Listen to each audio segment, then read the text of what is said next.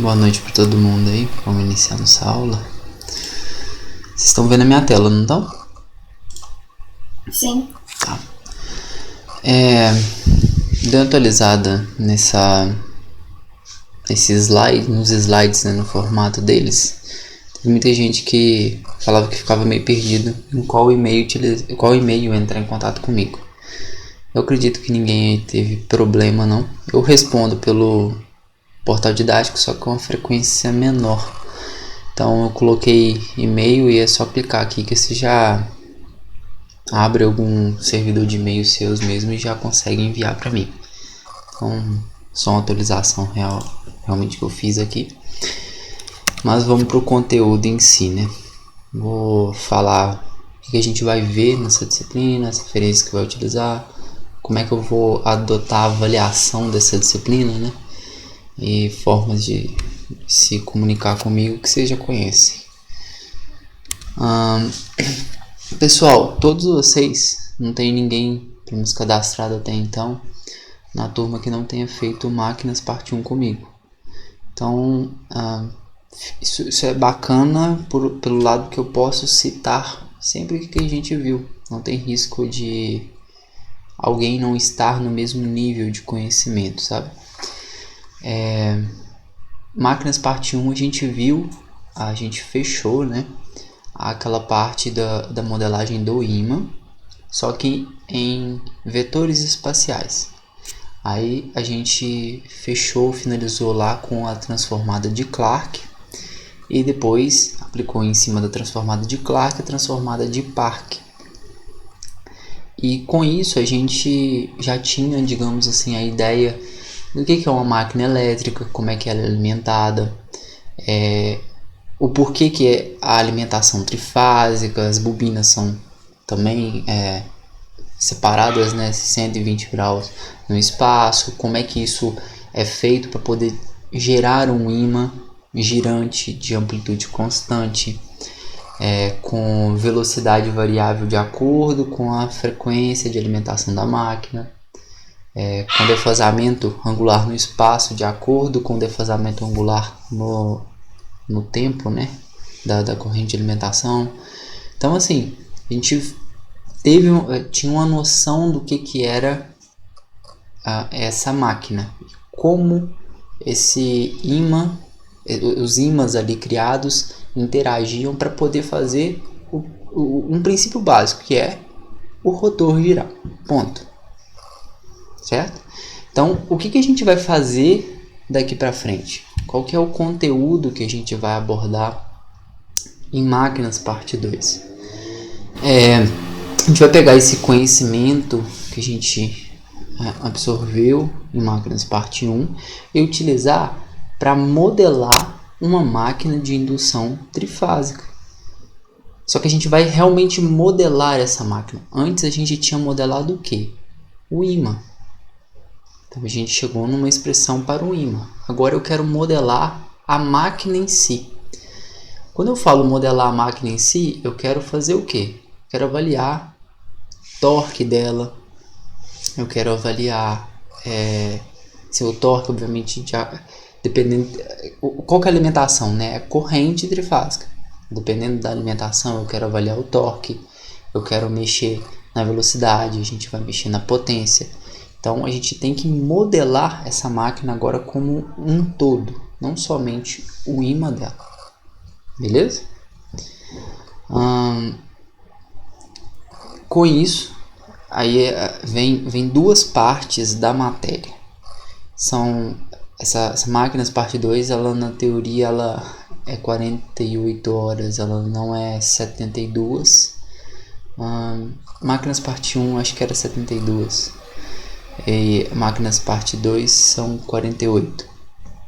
Mas a gente vai acabar gastando como se fosse 72. Isso daí porque tem muito conteúdo a ser abordado. Esses conteúdos, igual eu estava começando a falar, eles são divididos em duas partes. A modelagem dessa máquina em regime dinâmico. E depois que a gente tiver o modelo dinâmico pronto, a gente vai considerar que ele chegou em regime permanente e vai fazer um modelamento de novo, só que é muito mais simples, né? Porque a gente já não precisa começar do zero. Já pega o modelo dinâmico e refina ele para o modelo permanente, certo? E quando eu falo modelo, que a gente vai criar modelo, a gente vai criar uma máquina que eu tenho entradas no MATLAB e eu vou ter saídas no MATLAB. E ela vai funcionar exatamente como uma máquina, tipo assim, ela vai ter seu modo de funcionamento simulado perfeitamente, como se fosse uma máquina real e a gente vai se medindo, certo? Então é tudo isso daí que a gente vai ver nessas duas partes. Entre aspas, são só duas partes pra gente abordar. Então assim, falando agora desse modelo do regime dinâmico, a gente vai pegar e vai abordar um pouquinho de novo da estrutura construtiva da máquina. Isso a gente já viu em máquinas parte 1, mas eu preciso relembrar alguns pontinhos que a gente vai utilizar. Depois disso, vocês lembram que a gente modelou o imã permanente em ABC, depois usamos transformado de Clarke, depois Park. A gente vai fazer agora a mesma coisa para tensão. E no caso da tensão, eu tenho as indutâncias das bobinas que influenciam nessa tensão. Então eu vou ter que considerar, né, essas indutâncias nas equações de tensão. Primeiro a gente vai fazer para os eixos ABC, para as digamos, linhas, né, para alimentação trifásica. A gente vai pegar, vai calcular a tensão disso considerando essas indutâncias. Depois a gente vai pegar esse resultado, transformar para Clarke, depois transformar para Park. Aí sim a gente consegue chegar numa equação de potência elétrica lá na transformada de Park, que está aqui, ó, eixo DQ, ok? Com potência a gente vai chegar também na equação do torque, que é o que a gente quer, e a gente vai criar esse algoritmo no MATLAB ou no Octave. Quem não tem MATLAB, não conseguiu às vezes licença ou qualquer outra coisa, pode usar o Octave também. O Octave, se vocês não conhecem, digamos um MATLAB open source, só isso. Tem menos desempenho e tudo mais, mas funciona perfeitamente, faz, digamos assim, para nossa necessidade, ele faz tudo que o MATLAB faz, ok? Alguém não conhecia nenhum dos dois softwares, ou pelo menos não conhecia o Octave? O MATLAB eu creio que pelo menos ouvi falar, vocês já ouviram. O Octave eu já utilizamos fazendo numérico aqui na faculdade. Fazer o quê? Cálculo numérico. A gente Cálculo usa o numérico. Octave. Uhum. É tipo assim, a linguagem é a mesma. Você sabe disso, né? A linguagem é a mesma, os comandos, é tudo igual. O que perde realmente é desempenho, é uma interface, às vezes menos amigável, mas nada que influencie para nossa matéria, sabe?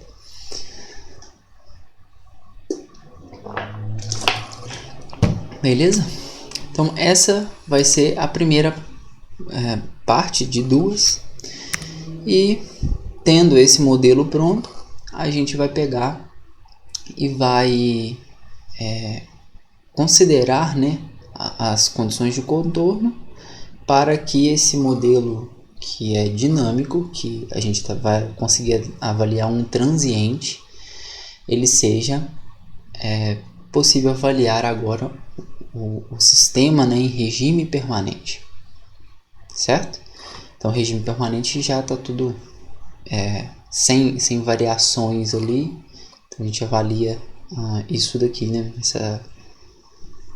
Os parâmetros, as saídas da máquina em regime permanente.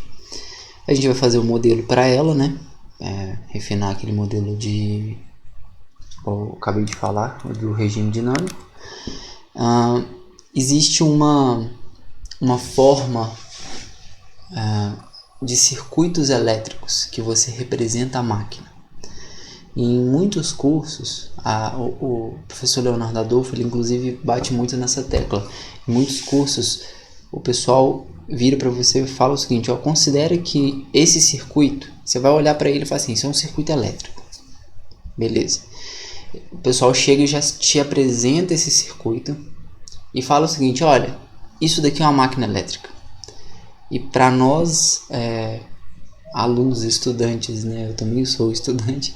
Então, para nós estudantes fica muito abstrato quando você chega direto nesse modelo e fala o seguinte: tá, mas por que você coloca isso? De onde tirou essa ideia? O que saiu daí para você falar que isso daí é uma máquina elétrica?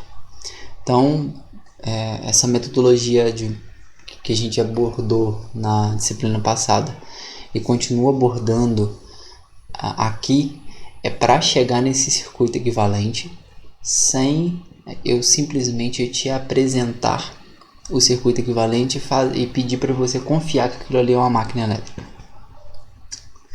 Certo? Então, a gente tendo esse circuito equivalente agora e sabendo como é que ele foi construído, fica tudo mais claro, fica tudo mais entendível para vocês. E a gente vai fazer todas as análises que você faz em outros cursos, né? Só que agora entendendo de onde surgiu o circuito equivalente. Com isso a gente pega a mesma coisa, pega torque eletromagnético, que é a saída do nosso sistema, né? Aí vai ter outros parâmetros, igual eu falei, a gente vai colocar entradas, vai ter um algoritmo, no final vai ter saídas, a gente consegue plotar isso e analisar, fazer diversas análises bacanas para poder aprender certinho o que seria o conjunto de máquina de indução trifásica. Perfeito? Outras saídas que dá para avaliar seria o fator de potência, eficiência da máquina, potência mecânica, potência elétrica, correntes, estado perdas ali no sistema. Tudo isso a gente consegue avaliar com esse modelo. Certinho, pessoal? Então, aqui mesmo assunto da disciplina passada, a gente não tem um material específico que aborde assim, exatamente isso. Como se fosse um livro base mesmo. As melhores referências, que dá pra gente encontrar todo o conteúdo, só que tá separado, tá muito desmembrado, não é agrupado do jeito que é mostrado aqui nessa disciplina. Essas referências são essas duas aqui. Mas a gente não vai utilizar elas seguindo à risca essas referências. Vocês podem abrir, só que vocês vão ter que procurar cada conteúdo que eu der, vocês vão ter que procurar onde vai estar em uma dessas duas referências ou em outras que vocês preferirem. Beleza? Então, basicamente, a maior referência suas realmente é as aulas gravadas, né? E os slides que eu produzo, as listas que eu me baseei, né, do professor Leonardo Adolfo, e vou passar para vocês. Com isso vocês conseguem fechar todo o conteúdo. Eu acredito que a turma não vai ter dificuldade na metodologia, porque a gente já abordou dessa mesma forma no semestre passado. Ok? A metodologia de ensino, né, continua a mesma, que vocês já conhecem. Aqui eu estou colocando como 20 horas aula assíncrona e 28 horas aulas síncrona. Esses 28 horas aulas síncrona dão 14 semanas, né? Que é quando o nosso período fecha. Se não me engano, dia 17 de dezembro é o último dia de aula. É isso mesmo, 17 de dezembro. Então, dessa semana até lá, 14 semanas. Da mesma forma, vai continuar funcionando, né? Eu posto tudo pelo portal didático, todo o conteúdo material para vocês pelo portal didático, atividades avaliativas, tudo por lá, meus vídeos pelo YouTube e esse mesmo link para conversas síncronas, né? Aulas síncronas, ok? É o seguinte, igual eu peço para vocês, me informem, já está até cadastrado no portal didático.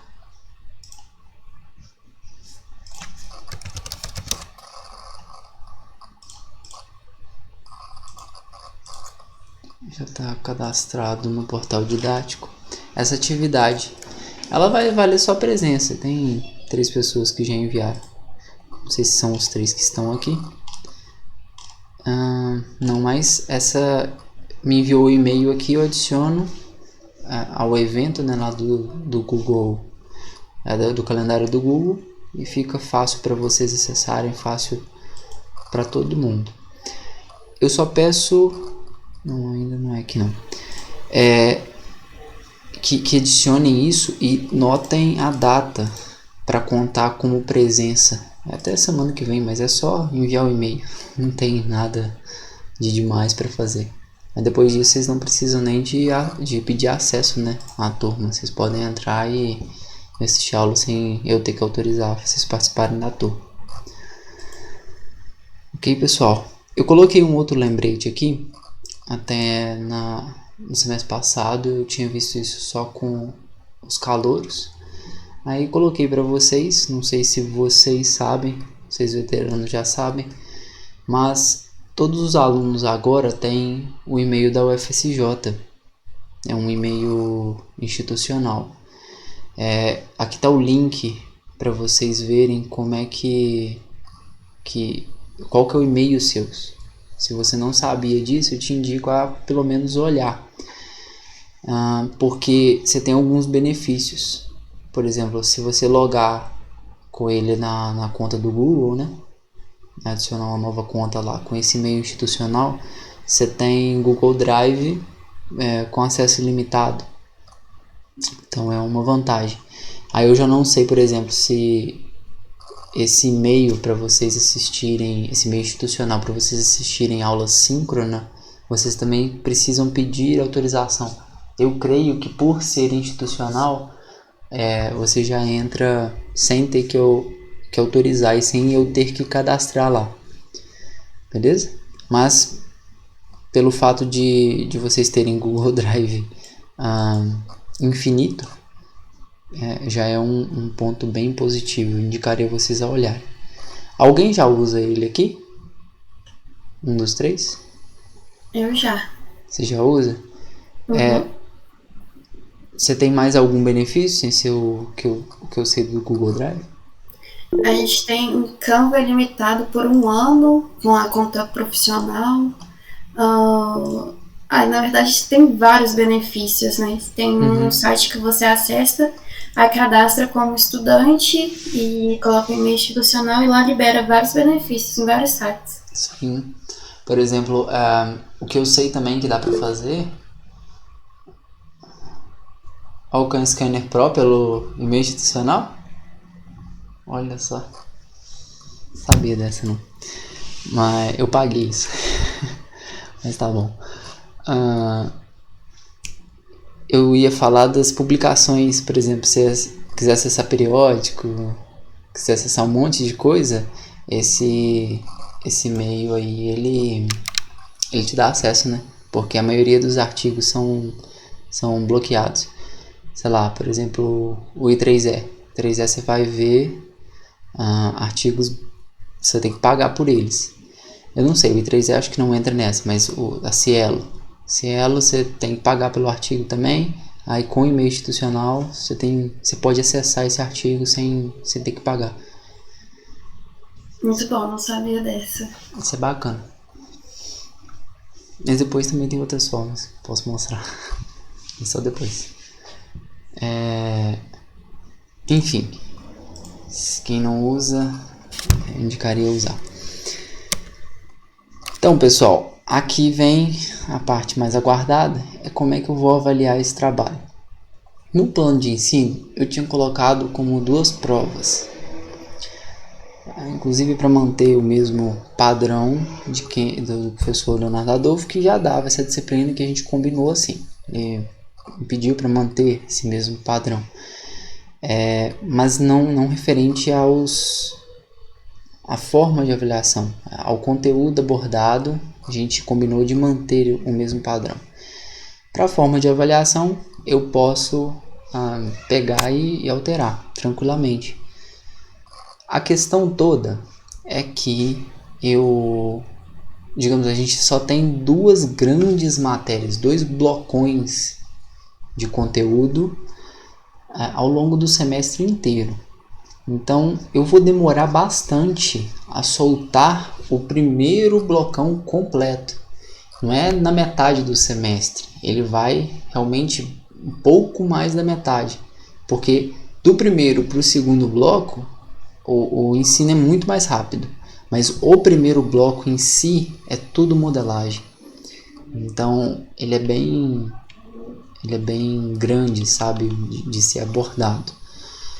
Com isso eu vou demorar mais e vocês vão ter prova lá para novembro, início de novembro, e teria outra prova lá para o início de dezembro, mais ou menos. E seria só essas 2 provas. Aí vem a questão também de substitutiva.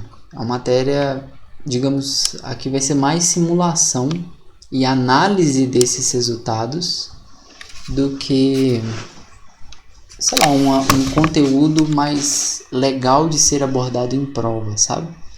Então, pensando nisso, por enquanto, me faz muito sentido eu não dar prova, mas sim eu dar um trabalho e pedir, na verdade exigir nesse trabalho que vocês façam um trabalho bem feito.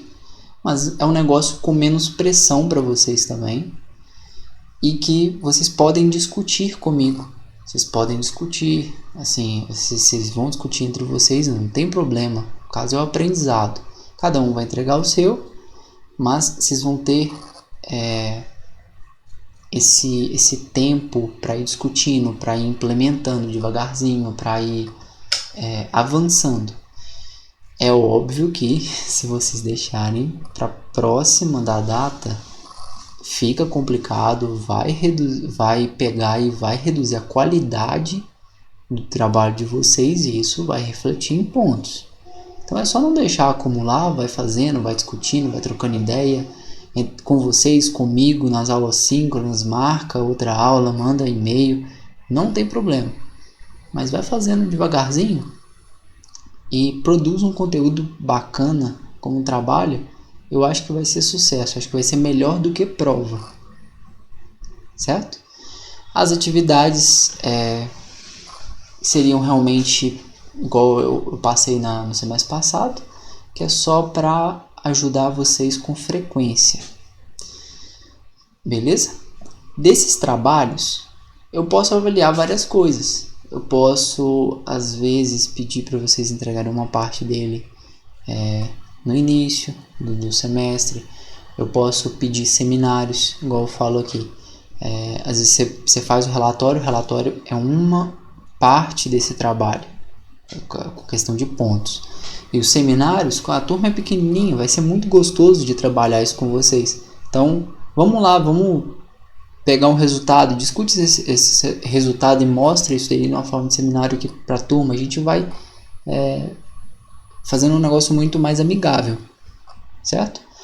Se por um acaso eu ver que isso realmente não faz sentido, à medida que eu for dando a matéria, ou se eu ver que vai ficar muito para o final, vocês estão deixando muito para o final, pode ser que eu converta esses 2 trabalhos em provas, certo?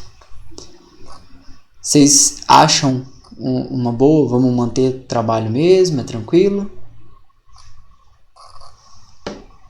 Alguém quer opinar? Eu acho que é menos pesado para vocês. Eu acho que vocês conseguem aprender mais nessa disciplina parte 2. Parte 1 não faz muito sentido não, mas parte 2 para mim faz. Certinho? Então é o seguinte, como é trabalho, é meio complicado Tipo, como é que eu faço uma prova substitutiva? Eu não coloquei prova substitutiva aqui. Mas se precisar de alguma coisa, a gente pode conversar disso no final. Só que eu creio realmente que não vai ter problemas. A gente não vai ter problemas com isso. Porque esse trabalho dá para você desenvolver, não é nada impossível. É bacana, vocês vão conseguir fácil. Então, por enquanto, manter 100. Ok? Qualquer coisa a gente conversa sobre formas de se recuperar um pontinho ou outro aí, se precisar desses pontos, dessa pontuação para poder passar. Daqui falta falar apenas sobre as datas. Deixa eu abrir o calendário aqui.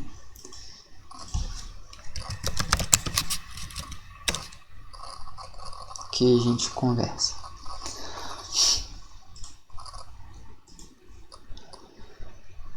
E tem também bastante feriado.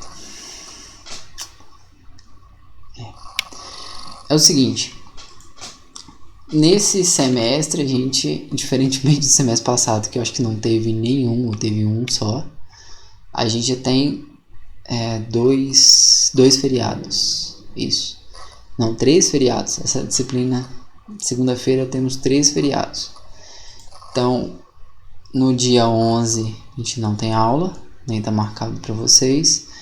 No dia 1º de novembro também não. E no dia 15 também não. Por causa dos feriados. Mas isso não atrapalha tanto essa parte de mostrar conteúdo, porque a gente tem as aulas assíncronas. Então eu vou continuar gravando e a gente esclarece nas aulas síncronas. Não tem problema. Então falando tudo isso, né, mostrando para vocês os blocos de conteúdo, esses 2 grandes blocos que a gente tem que abordar, mencionei que o primeiro é mais demorado. Então eu programei para vocês entregarem trabalho no dia 8 de novembro, início de novembro, certo? Aqui tá o trabalho 1, eu não sei porque o trabalho 2... Eu marquei certo, deixa eu ver. Aqui tem que atualizar. Não saber disso. Rapidinho, tá, pessoal? Resolver levar pendência para casa, não. Dia 8 de novembro seria a entrega do primeiro trabalho. Um mês depois, a entrega do segundo trabalho. Certo? Então, deixa eu já corrigir para o dia 6 de dezembro. Coisa rápida. 6 de dezembro. Ótimo. Eu coloquei aqui uma semana antes da última semana de aula que a gente vai ter. Para caso precise de alguma atividade, alguma coisa assim, a gente pode conversar. Então eu coloquei essa folguinha aqui de uma semana. Caso a gente precise, a gente utiliza ela. Ok? Sempre acontece alguma coisa ou outra que acaba adiando. Então pode ir às vezes pro dia 13. Mas no dia 6, vocês entregando o trabalho, eu já corrijo nessa semana. Vocês ficam sabendo se tem que voltar na próxima, na última semana de aula, ou se já está de férias, está tranquilo. Perfeito? Dúvidas aqui? Tranquilo? A questão aqui, se não houver atividades, eu creio que essa turma dá pra gente relevar essas coisas, digamos assim. Vocês vão ter que entregar essas atividades, então seria basicamente 100% de frequência para todo mundo. Mas a gente conversa também com questão de frequência, se precisar, tá? Não é para essa turma não é um ponto gritante, não. Tem pouca gente boa de serviço e a forma de distribuição de pontos não é tão amigável para isso, para dar palco de presença, né?